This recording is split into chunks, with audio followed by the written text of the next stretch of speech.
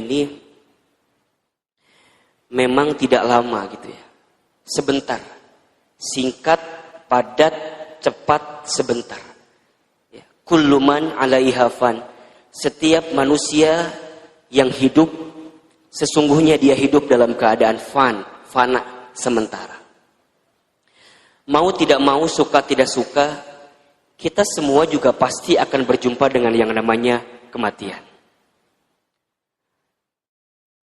Sehebat apapun kita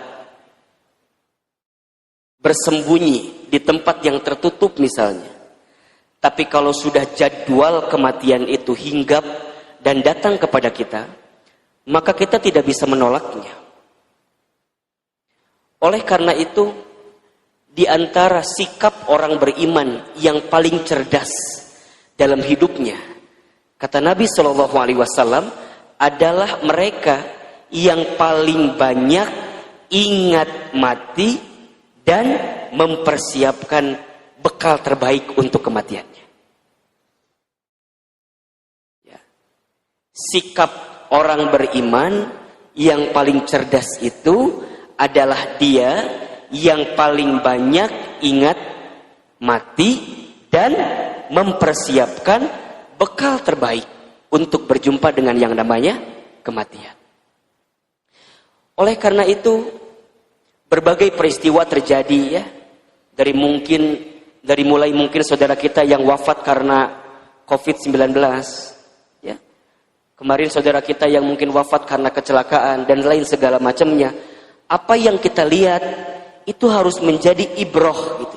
Pelajaran untuk kita agar every minute, setiap saat dalam kehidupan kita untuk remembering of death, untuk banyak ingat tentang kematian. Harus ingat dengan kematian itu, Bunda. Hidup bukan untuk hidup, tapi hidup untuk yang maha hidup. Mati bukan akhir kehidupan, justru mati itulah awal kehidupan yang sebenarnya. Bahkan seseorang itu yang sudah menyiapkan bekal terbaik dalam hidupnya, dia menanti jadwal kematiannya, dan saat dia kembali bertemu dengan jadwal kematiannya, maka dia akan berjumpa dengan Allah dengan penuh kelembutan. Ya ayyatuhan nafsul mutmainnah, irja'i ila rabbiki radiyatan mardiyah, fadkhuli fi ibadi wadkhuli jannati. Kenapa disebut dengan mutmainnah? Dia tenang. Kenapa dia tenang?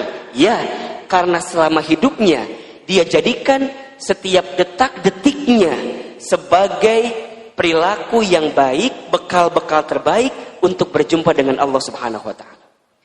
Maka jika hari ini Bunda masih diberikan kesempatan usia oleh Allah, jika kita masih diberikan kesempatan usia oleh Allah, selalu ingat bahwa yang paling dekat dengan kita adalah jadwal kematian kita.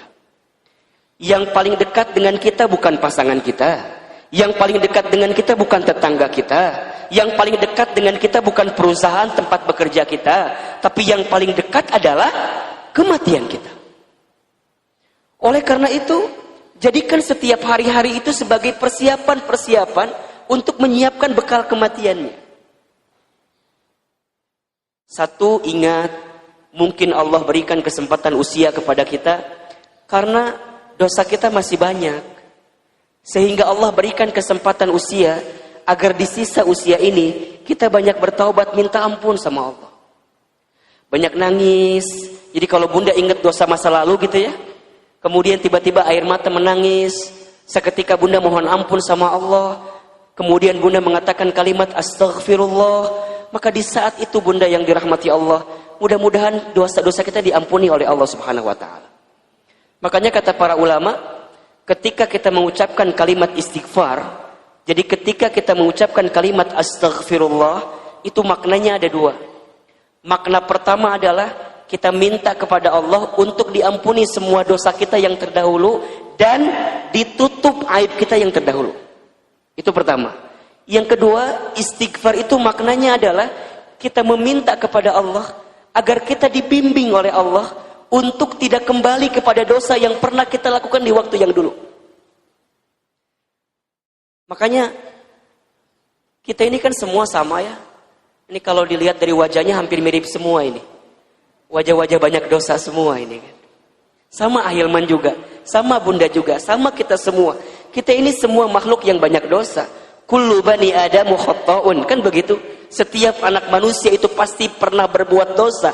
Wa khairul khatta'ina at-tawwabun, dan sebaik-baiknya orang yang pernah berbuat dosa, yang pernah berbuat salah adalah at-tawwabun, orang yang segera kembali kepada Allah. It's mean dia bertobat kepada Allah. Maka jika hari ini Bunda, kita semua masih diberikan kesempatan usia sama Allah, ingat, boleh jadi karena dosa kita banyak sehingga kita ingin terus minta ampun sama Allah. Makanya kenapa ya, kalau habis sholat itu Assalamualaikum, Assalamualaikum, kalimat apa yang keluar? Astaghfirullah, Astaghfirullah, Astaghfirullah, 3 kali ya. Cukup nggak Ustaz? Nggak cukup ya. Kalau kita lihat istighfar selama sholat misalnya yang wajib ya, ada 5 kali. Berarti kalau 3 kali 5 berapa kali? 15 kali. Berarti kita butuh kalimat istighfar lain selain kalimat istighfar ba'da sholat. Kapan itu? Kapanpun, dimanapun. Baginda Nabi Muhammad SAW tidak pernah kurang dari 100 kali untuk mengucapkan kalimat istighfar setiap hari. Itu Rasulullah, Nabi, Rasul, surganya pasti, hisabnya aman, dosanya dimaksum, tidak ada dosa. Amalnya begitu banyak, tapi setiap hari tidak pernah kurang dari 100 kali untuk mengucapkan kalimat apa? Istighfar. Bagaimana dengan kita? Kita Nabi? Bukan. Rasul? Bukan. Surga? Belum jelas. Hisab? Masih menegangkan. Dosa? Banyak. Amal? Sedikit. Maka butuh cara apa lagi gitu loh, agar kemudian kita mengucapkan kalimat istighfar setiap saat, setiap waktu. Dan momentum terbaik untuk memperbanyak istighfar adalah di waktu sepertiga malam, ba'da sholat tahajud menuju sholat subuh kita. Istighfar, istighfar, istighfar, istighfar, istighfar, istighfar. Astaghfirullah.